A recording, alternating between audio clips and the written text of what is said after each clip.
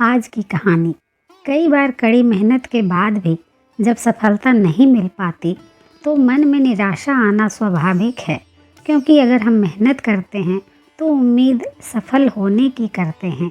आज एक ऐसे व्यक्ति की कहानी है जो बहुत मेहनत करता था, लेकिन सफलता उससे कोसों दूर थी। असफलता और धन की कमी की वजह से उसकी परेशानियां बढ़ती जा रही थी। ऐसे में वह बहुत दुखी हो गया और एक दिन परेशान होकर वह अपने गुरु के पास पहुंचा। दुखी व्यक्ति ने गुरु को अपनी सारी परेशानियां बता दी। गुरु ने उसकी सारी बातें ध्यान से सुनी।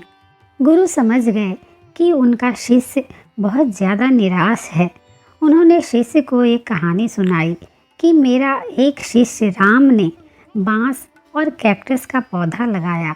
राम रोज दोनों पौधों को बराबर पानी देता था, सारी ज़रूरी देखभाल करता था। इसी तरह काफ़ी समय व्यतीत हो गया।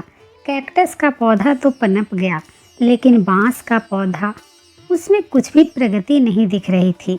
लेकिन राम इससे निराश नहीं हुआ। उसने दोनों पौधों की देखभाल करना जारी रखा। कैक्टस का पौधा तेज़ी से बढ़ रहा था, लेकिन बांस का पौधा वैसा का वैसा ही था। राम ने कुछ दिन और दोनों की देखभाल की। अब बांस के पौधे में थोड़ी सी उन्नति दिखाई दी। राम खुश हो गया। इसी तरह कुछ और दिन निकल गए। अब बांस का पौधा तेज़ी से बढ़ रहा था। कैक्टस का पौधा छोटा रह गया। संत ने शिष्य से कहा कि इस कहानी की सीख यह है कि बांस का पौधा पहले अपनी जड़ें मजबूत कर रहा था, इसलिए उसकी शुरुआत बहुत धीरे धीरे हुई। राम इससे निराश नहीं हुआ और उसने देखभाल जारी रखी। जब उसकी जड़ें मजबूत हो गई तो वह तेज़ी से बढ़ने लगा। ठीक इसी तरह हमारे साथ भी होता है। कभी कभी हमें भी कड़ी मेहनत करनी पड़ती है, लेकिन फल देरी से मिलता है।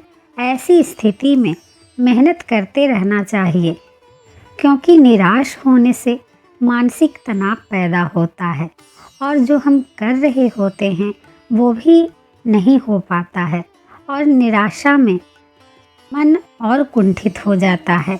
इसलिए अपनी मेहनत और किस्मत दोनों पर विश्वास होना चाहिए।